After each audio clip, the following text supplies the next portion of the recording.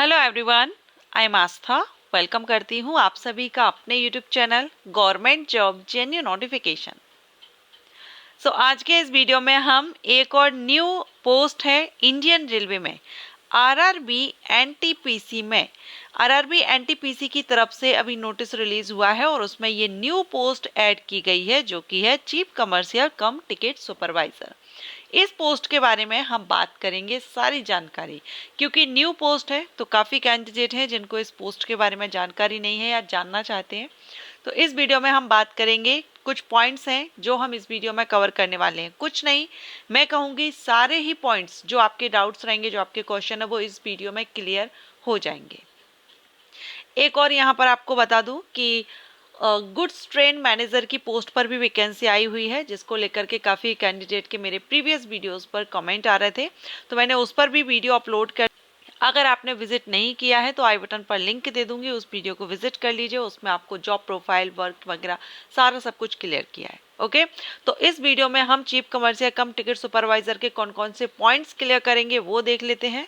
सबसे पहले तो हम इसमें बात करेंगे वर्क और जॉब प्रोफाइल की। क्या वर्क रहता है, ड्यूटी टाइम क्या रहता है, किस तरह की आपको जॉब करनी होती है, क्या नाइट शिफ्ट भी रहती है या ओनली डे शिफ्ट रहती है, age criteria, qualification, selection procedure जिसमें CVT1 CVT2 and training duration बात करेंगे। साथ में ट्रेनिंग के दौरान आपको सैलरी कितनी मिलती है एंड इन हैंड सैलरी आपको कितनी मिलती है। ये सारे पॉइंट्स हैं जिनको आज के इस वीडियो में हम कवर करने वाले हैं। तो अगर आप भी चीफ कमर्शियल कम टिकट सुपरवाइजर के बारे में जानना चाहते हैं तो सबसे पहले हम जॉब प्रोफाइल देखेंगे, वर्क क्या रहता है। तो देखिए, जो चीफ कमर्शियल कम टिकट सुपरवाइजर की पोस्ट है, जैसा कि मैंने आपको बताया, ये जो पोस्ट है ये 3 पोस्ट को मर्ज करके बनाई गई है, जिसमें कि एक टिकट चेकर की पोस्ट आती है, क्लर्कल वर्क रहेगा, टिकट चेकिंग करना, एंड ECRC और कमर्शियल क्लर्क, ये 3 पोस्ट है जिनको मर्ज करके यहाँ पर चीफ कमर्शियल कम टिकट सुपरवाइजर की पोस्ट क्रिएट की गई है। तो इसका जो वर्क रहेगा, ये तीनों ही पोस्ट के हिसाब से, ये तीनों पोस्ट पर जो वर्क रहता है वही वर्क आपको यहाँ पर करना होता है। मींस आपका कोई फिक्स वर्क नहीं है, आपको टिकट चेकिंग भी करनी पड़ सकती है। ECRC का जो इंक्वायरी सेक्शन रहता है वहाँ पर भी आपको जॉब देनी पड़ सकती है। एंड कमर्शियल क्लर्क, इसमें आपके जो पार्सल हैं एंड गुड्स क्लर्क का जो वर्क रहता है, चेकिंग करना, मेंटेन करना, रिकॉर्ड रखना, ये आपका हो सकता है। टिकट चेकिंग करना स्टेशन पर, तो इसमें आपका, हम कह सकते हैं कि आपका फील्ड वर्क भी रहता है और ऑफिशियल वर्क भी रहता है। जैसे आपको अगर काउंटर पर वर्क मिल जाता है ECRC के अंतर्गत, तो आप काउंटर पर बैठ करके अपनी जॉब देते हैं। इसके अलावा अगर आपको स्टेशन पर है तो आपको टिकट चेक करना है इधर उधर, ठीक है। ट्रेन में अगर आपको दे दी जाती है तो ट्रेन में आपको टिकट चेक करना होता है, जैसे कि डिप्टी CTI जो होते हैं उस तरह से आपको काम करना होता है। जो ECRC का वर्क रहता है, मींस आपकी जो इंक्वायरी काउंटर है उस पर आप एज अ सुपरवाइजर वर्क करते हैं। अब ये क्या है, सुपरवाइजर पोस्ट हो गई, क्योंकि यहाँ पर ये तीनों ही क्लर्क की पोस्ट थी।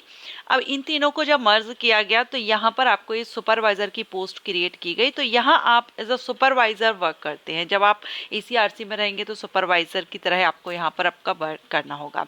वैसे goods record and parcel records, ये सब आपका वर्क, मींस तीनों ही पोस्ट का जो वर्क रहेगा उनमें से कोई एक, कुछ भी वर्क आपको दिया जा सकता है और वो आपको यहाँ पर करना होता है। ओके, सो रिकॉर्ड मेंटेन करना, स्टेशन पर है तो टिकट चेकिंग एंड ट्रेन में डिप्टी CTI और ऑफिस ऑफ फील्ड वर्क, दोनों ही वर्क आपको यहाँ पर करने पड़ सकते हैं। अब अगर हम बात करें कि आपकी जॉब शिफ्ट, मतलब आपको डे या नाइट में जॉब करनी होती है, कितने ड्यूरेशन का, कितने टाइमिंग की आपको यहाँ पर अपनी ड्यूटी देनी होती है, तो यहाँ पर आपको डे और नाइट दोनों ही शिफ्ट आपकी हो सकती है, क्योंकि यहाँ पर आपकी शिफ्ट ड्यूटी रहती है, 8-8 घंटे की शिफ्ट रहती है, ठीक है। मॉर्निंग में है तो मॉर्निंग में आपकी 8 घंटे की हो गई, उसके बाद नून में भी हो सकती है और नाइट में भी आपकी शिफ्ट हो सकती है। 8-8 घंटे की ये शिफ्ट आपकी चलती है। तो शिफ्ट ड्यूटी है, डे और नाइट दोनों में ही आपको ड्यूटी देनी पड़ सकती है। अभी आपने जाना चीफ CCTS के बारे में। अब अगर आपको लगता है, वर्क हमने देख लिया, ड्यूटी हमने देख ली, अब अगर आपको लगता है कि आप भी चीफ कमर्शियल कम टिकट सुपरवाइजर बनना चाहते हैं, तो इसके लिए एलिजिबिलिटी वगैरह आप जानना चाहेंगे, तो चलिए अब हम इसके एलिजिबिलिटी कंडीशंस को कवर करते हैं। अभी 2024 में आरआरबी एनटीपीसी की तरफ से नोटिफिकेशन रिलीज हुआ है और इसमें ये आप देख रहे हैं चीफ कमर्शियल कम टिकट सुपरवाइजर की पोस्ट है, जिस पर लेवल 6 से 35,400 से सैलरी रहती है। अभी हम इसका इन हैंड सैलरी भी देखेंगे आगे। मेडिकल स्टैंडर्ड V2 रहता है और एज यहाँ पर आप देख लीजिए, क्योंकि वैसे अगर हम 2024 में अगर आप अप्लाई कर रहे हैं तो आप अनरिजर्व कैंडिडेट के लिए एज 18 से 36 है, लेकिन 2024 के बाद जब भी वैकेंसीज आएंगी तो आपकी जो एज है वो 18 से 33 साल होनी चाहिए। सिर्फ इसी साल यहाँ पर 3-3 साल का रिलैक्सेशन सभी कैटेगरीज को दिया गया है, ठीक है। तो इन फ्यूचर जब भी वैकेंसीज आएंगी, नेक्स्ट जब भी वैकेंसी आएंगी चीफ कमर्शियल कम टिकट सुपरवाइजर के लिए, तो ये 18 से 33 साल एज मांगी जाएगी अनरिजर्व कैंडिडेट के लिए। रिजर्व कैटेगरीज के कैंडिडेट को इसमें रिलैक्सेशन मिलता है। अभी आप यहाँ पर चार्ट देख रहे हैं, रिजर्व कैटेगरीज के कैंडिडेट को रिलैक्सेशन मिल जाता है। तो इनमें से आप जिस भी कैटेगरी से बिलोंग कर रहे हैं उस हिसाब से आप इस चार्ट में देख सकते हैं कि आपको कितना एज रिलैक्सेशन यहाँ पर मिल सकता है। अब ये जो पोस्ट है ये आरआरबी एनटीपीसी के अंतर्गत आती है, ठीक है। Railway recruitment board non technical popular category. Non technical popular category में दो तरह की पोस्ट रहती हैं, एक 12th लेवल की, एक ग्रेजुएशन लेवल की। तो ये जो पोस्ट है आपकी, ये ग्रेजुएशन लेवल की पोस्ट है। सो एनी ग्रेजुएट कैंडिडेट यहाँ पर एलिजिबल होते हैं, अप्लाई कर सकते हैं। किसी भी स्ट्रीम से आपने अपना ग्रेजुएशन कंप्लीट कर लिया है तो आप इस पोस्ट के लिए एलिजिबल रहते हैं। मेल एंड फीमेल दोनों ही कैंडिडेट एलिजिबल है। फीमेल कैंडिडेट भी चाहें तो इसमें अप्लाई कर सकती हैं। इसके बाद अब हम देखेंगे सिलेक्शन प्रोसीजर। तो देखिए, चीफ कमर्शियल कम टिकट सुपरवाइजर, इस पोस्ट के लिए जो सिलेक्शन प्रोसीजर है इसमें आपको CVT 1 देना होता है, CVT 2 देना होता है। That's it. आपका कोई भी स्किल टेस्ट या टाइपिंग टेस्ट नहीं होता है, सिर्फ ये 2 स्टेजेस हैं आपको क्लियर करनी है। इसके बाद डायरेक्ट आपका जो मेरिट लिस्ट है वो तैयार की जाती है, जो भी मेडिकल एग्जामिनेशन होगा और डॉक्यूमेंट वेरिफिकेशन, उसके बाद मेरिट लिस्ट तैयार होती है। CVT 2 जो रहेगा, इसकी जो परसेंटेज रहेगी, मार्किंग रहेगी, इसके बेस पर आपकी फाइनल मेरिट तैयार की जाती है। तो वो कैंडिडेट जिनको टाइपिंग नहीं आती है वो चीफ कमर्शियल कम टिकट सुपरवाइजर पोस्ट के लिए अप्लाई कर सकते हैं। इस पोस्ट के लिए आपको कोई भी टाइपिंग या एप्टीट्यूड टेस्ट की जरूरत नहीं है, ओनली CVT 1 और CVT 2 क्लियर करना है। इसके बाद document verification, medical examination and final selection. अब हम देखेंगे CVT 1।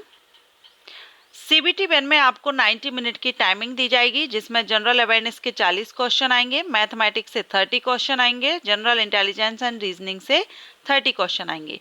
टोटल 100 क्वेश्चन 100 मार्क्स के आएंगे एंड 90 मिनट की टाइमिंग है। लेकिन अगर आप PWD कैंडिडेट हैं तो आपको 120 मिनट की टाइमिंग दी जाएगी। MCQs टाइप्स क्वेश्चंस रहते हैं इसमें, objective type, and negative marking भी रहती है। 1/3 मार्क माइनस किया जाता है अगर आप रॉन्ग आंसर देते हैं। अब जैसे ही आप इस एग्जामिनेशन को CVT 1 को क्लियर कर लेते हैं, क्वालिफाई कर लेते हैं, तो आप CVT 2 के लिए एलिजिबल हो जाते हैं। 15 गुना वैकेंसी का 15 टाइम्स कैंडिडेट को CVT 2 के लिए कॉल किया जाता है। CVT 2 आप देख रहे हैं, CVT 2 में भी आपका सेम ड्यूरेशन रहता है, टाइमिंग आपको 90 मिनट ही रहेगी। सब्जेक्ट भी आपके वही रहेंगे, बस नंबर ऑफ क्वेश्चंस इंक्रीज हो जाते हैं। जनरल अवेयरनेस में 50 क्वेश्चन, मैथमेटिक्स में 35, जनरल इंटेलिजेंस एंड रीजनिंग में 35। टोटल 120 क्वेश्चन 120 मार्क्स के रहते हैं, 120 क्वेश्चन 120 मार्क्स के, और इसमें भी नेगेटिव मार्किंग रहती है। 1/3 मार्क माइनस किया जाता है अगर आप रॉन्ग आंसर देते हैं। PWD कैंडिडेट को इसमें भी 120 मिनट की टाइमिंग मिल जाती है। अब हम बात करेंगे सैलरी की। सबसे पहले हम ट्रेनिंग के दौरान, क्योंकि इसमें अगर आपका सिलेक्शन होता है तो आपको ट्रेनिंग रहती है, ट्रेनिंग दी जाती है, और ये ट्रेनिंग आपकी 60 डेज की रहती है। 60 दिन की आपको यहाँ पर ट्रेनिंग करनी होती है, और ट्रेनिंग के दौरान भी आपको यहाँ पर मंथ सैलरी दी जाती है। 60 डेज की है, 2 मंथ की है, जिसमें आपको लगभग, करेक्ट एक्यूरेट तो यहाँ पर नहीं बता पाऊंगी, लेकिन लगभग आपकी 50 से 52 हज़ार के बीच में आपको यहाँ पर ट्रेनिंग के दौरान सैलरी दी जाती है। अब अगर हम बात करें आफ्टर ट्रेनिंग, जब आप स्थायी भर्ती हो जाती है तो आपको कितनी सैलरी मिलेगी, तो ये डिपेंड करेगा कि आपकी जॉब लोकेशन क्या है, आप किस सिटी में लोकेटेड है, आप अपनी जॉब दे रहे हैं। सिटीज़ को डिवाइड किया जाता है एक्स वाई जेड ये 3 कैटेगरीज में। एक्स में सैलरी ज़्यादा होती है, उसके बाद वाई में और जेड में सैलरी थोड़ा कम रहती है। तो यहाँ पर ऑलमोस्ट आपकी 60 से 70,000 75,000 के आसपास सैलरी बनती है।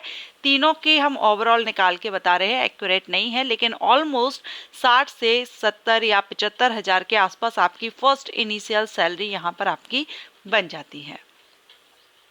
सो आई होप आपको ये सारे पॉइंट्स जो मैंने यहाँ पर मेंशन किए हुए हैं, सारे ही पॉइंट्स आपके क्लियर हो गए हैं। जो ये पॉइंट्स थे मैंने सारे इस वीडियो में कवर किए हैं। आशा करती हूँ आपको ये इन्फॉर्मेशन, ये जानकारी अच्छी लगी हो, पसंद आई हो, हेल्पफुल रही हो। अगर आपको ये हेल्पफुल रही है ये जानकारी तो वीडियो को लाइक एंड शेयर कीजिएगा।